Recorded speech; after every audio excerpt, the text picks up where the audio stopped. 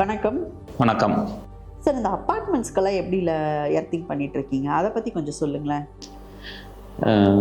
அப்பார்ட்மெண்ட்ஸுக்கெலாம் வந்து சின்ன அப்பார்ட்மெண்ட்டாக இருந்தாலும் பெரிய அப்பார்ட்மெண்ட்டாக இருந்தாலுமே எர்த்திங் ஒரே மாதிரி வரும். எப்படி அப்படின்னா, ஒரு லிஃப்ட் இருக்குன்னா அந்த லிஃப்ட்டுக்கு வந்து 2 எர்த்திங், ஜென்செட் இருக்குன்னா ஜென்செட்டுக்கு 3 எர்த்திங், அதுபோக பேனலுக்கு 2 எர்த்திங், பில்டிங்க்கு 1 எர்த்திங், அதுபோக இன்வெர்ட்டர் இருந்ததுன்னா இன்வெர்ட்டருக்கு தனியாக எர்த்திங் போடுவாங்க.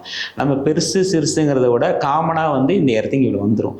பெரிய அப்பார்ட்மெண்ட்டுன்னு வரும்போது என்னென்னா, உங்களுக்கு டிரான்ஸ்ஃபார்மர் தனியாக வைப்பாங்க. தனியாக வைக்கும்போது அதை நம்ம இடத்துலையே வைப்போம். டிரான்ஸ்ஃபார்மருக்கு வந்து மினிமம் 3 மேக்ஸிமம் 4 இல்லைனா 5 போடணும்.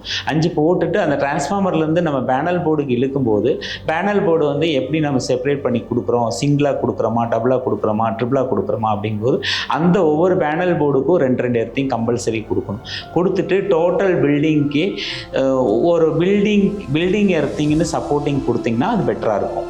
இந்த மாதிரி செப்பரேட்டாக எல்லாம் கொடுத்துட்டிங்கன்னா பக்காவாக இருக்கும். இன்னொன்று வந்து பார்த்திங்கன்னா, எலக்ட்ரானிக்கிட்ட நிறைய வச்சுருப்பாங்க. அதுக்கெல்லாம் என்ன பண்ணுவாங்க அப்படின்னா, அது அங்கே இருக்கிற எலக்ட்ரிக்கல் இன்ஜினியரிங் என்ன பண்ணுவாங்க அப்படின்னா, அதுக்கு தகுந்த மாதிரி இவ்வளோ கரண்ட் எக்ஸ்ட்ரா யூஸ் ஆகும் அப்படிங்கிறத நம்மள்ட்ட கால்குலேட் பண்ணி சொல்லி எவ்வளோ எர்த்து போடணும்னு கேட்டாங்கன்னா, அதுக்கு தகுந்த மாதிரி ஒரு சின்னதாக இருந்தால் ஒரு 2-3 எர்த்து போட்டால் போதும். பெரிய அப்பார்ட்மெண்ட்டு ஒரு 10 எர்த்துக்குள்ளே வரும். அது மாதிரி பண்ணி கொடுத்துட்டோம் அப்படிங்கும்போது ஒவ்வொரு வீட்டுக்கும் சேஃப்டியாக இருக்கும்.